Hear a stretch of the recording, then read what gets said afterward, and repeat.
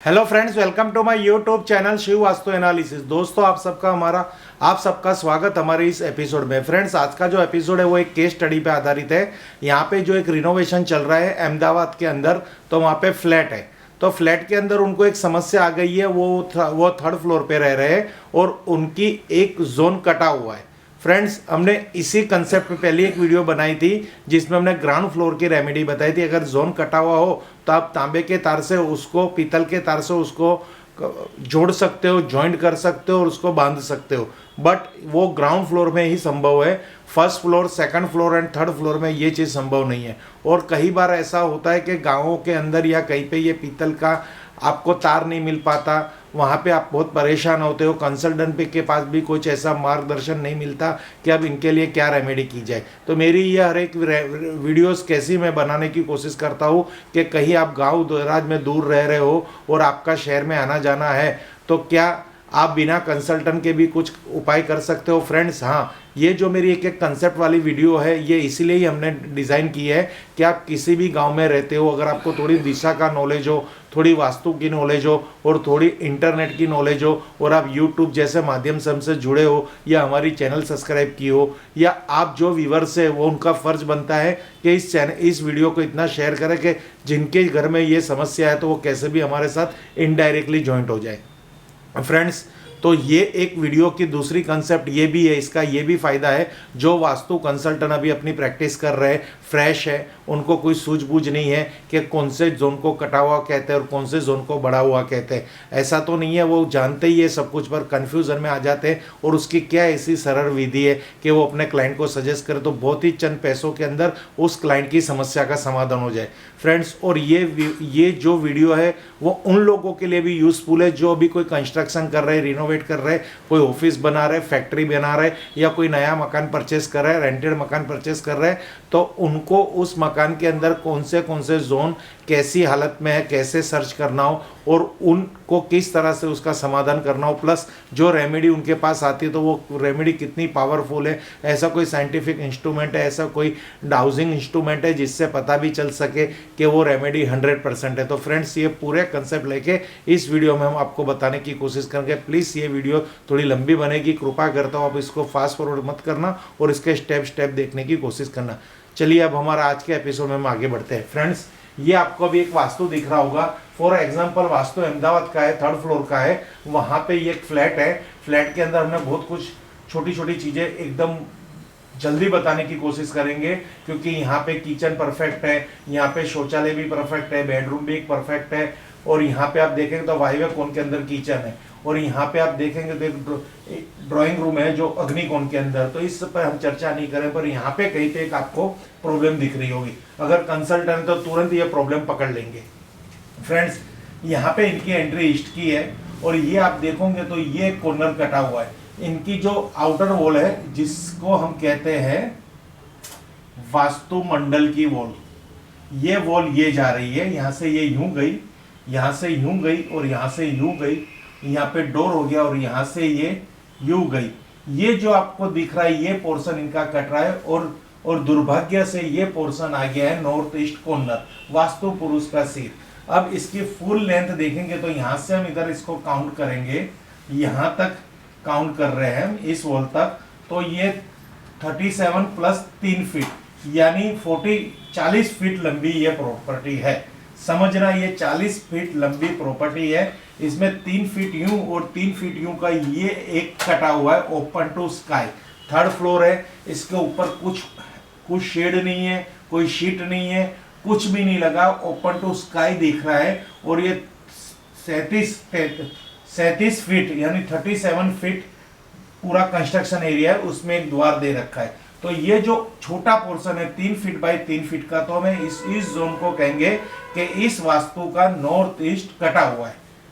अब ये full length मत गिनना कि ये बढ़ा हुआ, ऐसा नहीं गिनना, ये गलती मत करना। कंसल्टेंट जो पूरे वास्तु की लेंथ है और उसमें से जो छोटा एरिया या एक्सटेंडेड है या कटा हुआ है उसको ही हम कैलकुलेट करेंगे। आप लंबी चीज, लंबे एरिया की लंबी वैल्यू को कैलकुलेट मत करना, नहीं तो पूरी वास्तु डिस्टर्ब हो जाएगी। अब इस ईशान का जो इनका वास्तु कटा हुआ है ओपन टू स्काई है, थर्ड फ्लोर है। यहाँ पे एक चुनौती है, ईशान वाले कटे हुए वास्तु में रहना नहीं है, क्योंकि यहाँ वास्तु पुरुष का मस्तक है। अब यहाँ पे वास्तु पुरुष का मस्तक है, इनके घर के अंदर उनका हेड ही नहीं है, उनका दिमाग वाला पोर्शन ही नहीं है और मस्तक भी नहीं है। आए दिन घर में कर्जे बढ़ गए हैं, घर में प्रॉब्लम्स रह रही है, कलेश रह रही है, बच्चों की पढ़ाई से संतुष्ट नहीं है, घर में बीमारियों का डेरा लग गया है, कोई भी काम इनके बनते नहीं है, पैसा फंसा हुआ है, नौकरी नहीं मिल रही, शादी होने के बाद डाइवोर्स तक की यहाँ पे नौबत आ चुकी है। ऐसी कई सारी प्रॉब्लम हम यहाँ से लेके आए हैं और ये प्रॉब्लम आपसे शेयर नहीं करेंगे, बल्कि मोटा मोटा कह रहे हैं कि ये ईशान कोण के अंदर बहुत ही बड़ा वास्तु दोष है। यहाँ पे सोने वाला भी वास्तु हो, परफेक्ट वास्तु हो, पर यहाँ की अगर ये कौन डिस्टर्ब है तो जीरो हो गया। यहाँ की प्रॉपर्टी में एनर्जी बिल्कुल जीरो होती है। हमने वहाँ पे मैनुअल स्कैनर से भी टेस्ट कर लिया, पेंडुलम स्कैनर से भी टेस्ट कर लिया और डिजिटल स्कैनर से भी यहाँ की एनर्जी टेस्ट की बाद में ही ये वीडियो बनाने की हमको जरूरत लगी कि हम आपको बता दें कि यहाँ की क्या वैल्यू है। नॉर्थ ईस्ट कॉर्नर कभी भी कटा हुआ नहीं होना चाहिए, ये बात आप ध्यान में रख लीजिए। नॉर्थ ईस्ट कॉर्नर अगर बढ़ा हुआ है तो हमारे लिए सद्भाग्य की बात है और कटा हुआ है तो दुर्भाग्य की बात है। तो यहाँ की हम क्या रेमेडी करेंगे कि इनके लाइफ के अंदर कोर्ट मैटर भी खत्म हो जाए, बच्चों की पढ़ाई भी अच्छी हो, जॉब मिल जाए, बिजनेस की वृद्धि हो, घर में कलेश भरा वातावरण सोल्व हो जाए, घर के अंदर हर तरह से पैसा टिके और घर में सुख शांति का हर सदस्यों को एहसास हो, उनको तन मन धन से हर तरह से सुख प्राप्त हो। तो इसकी क्या रेमेडी कर सकते हैं? अगर बाई चांस ये ग्राउंड फ्लोर होता तो मैं यहाँ आपको एक तांबे के पीतल के तार की सजेशन देता, या फिर यहाँ पे एक थोड़ी कॉस्टली सजेशन दूसरी हमारी है कि यहाँ पे हम एक रोड लगाते, जिसकी आपने पिछली भी वीडियो हमारी देखी है ब्रास की, तो जिससे ये एनर्जी मिलती। पर आज की जो हमारी कंसेप्ट है वो क्या है, पिरामिड पे है, क्योंकि पिरामिड भी इतनी पावरफुल रेमेडी है। कई कंसल्टेंट पिरामिड का बहुत अच्छा यूज करते हैं और बहुत अच्छी सफलता प्राप्त करते हैं और बहुत जगह उन्होंने बहुत ही अच्छी रिजल्ट प्राप्त की हुई। अब यहाँ पे हम क्या करेंगे, तो यहाँ पे हम सबसे पहले लेंगे 2 पिरामिड की हमें आवश्यकता पड़ेगी। पिरामिड जनरेटर, ये आप मेरे सामने देख रहे होंगे, तो ये 91 पिरामिड का एक जनरेटर है। इसके अंदर आप देखेंगे कैलकुलेशन, इसकी बॉटम पे है 1 2 3 4 5 6 7 8 9 पिरामिड का पूरा सेट है और 9 बाई 9 के पिरामिड है, यानी 81 पिरामिड से। और ऊपर आप देखेंगे तो एक 9 पिरामिड और है 90, और ये 91 पिरामिड का दूसरा एक टॉप है। इस तरह से ये 91 पिरामिड जनरेटर बन रहा है। इस पिरामिड की यहाँ पे हमें यूज़ करना पड़ेगा, इसकी एनर्जी हमें देनी पड़ेगी। इसको आप इस तरह से इसको बंद करना है। पूरा आपको मैंने पिरामिड दिखा दिया है, 91 पिरामिड जनरेटर। और यहाँ पे इसके साथ एक ब्रैकेट्स आता है। इस ब्रैकेट में आप देखोगे तो यहाँ पे 2 स्क्रू है देने की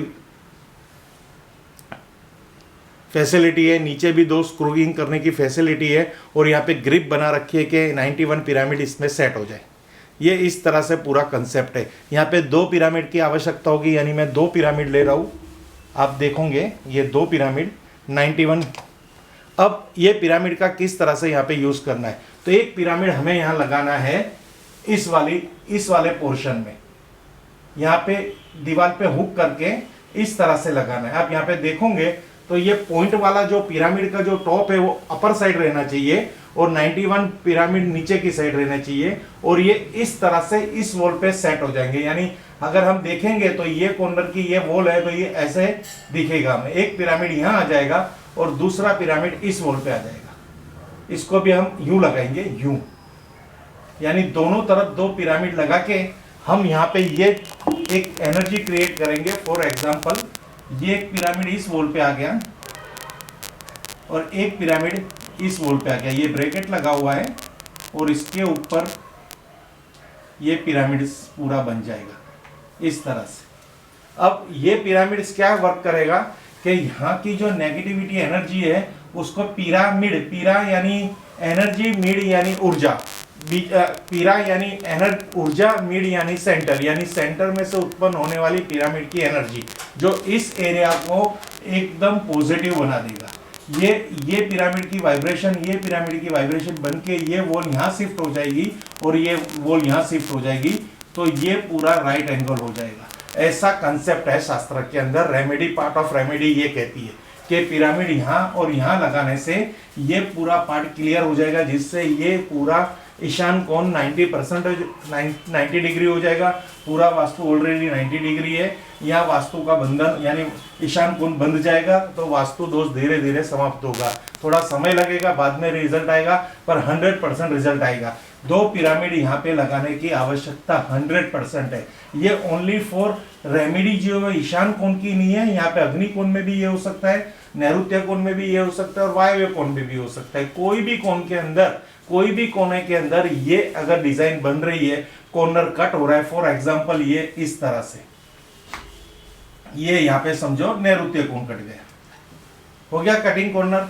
अब इधर हम बात करेंगे तो ये इस तरह से हो जाएगा। तो यहाँ पे आप देखोगे तो वायव्य कोण कट गया, यानी वास्तु के अंदर, फ्लैट के अंदर कोई भी कोण कटा हुआ वास्तु आपको प्राप्त हो सकता है। तो आप यहाँ पे ये रेमेडी, क्योंकि उनको एलिवेशन के लिए कोई भी कोण काटना होगा तो वहां से वो उनकी ड्रेनेज लाइन जाती होगी या एलिवेशन जाता होगा और ओपन टू स्काई होगा, डक होगी।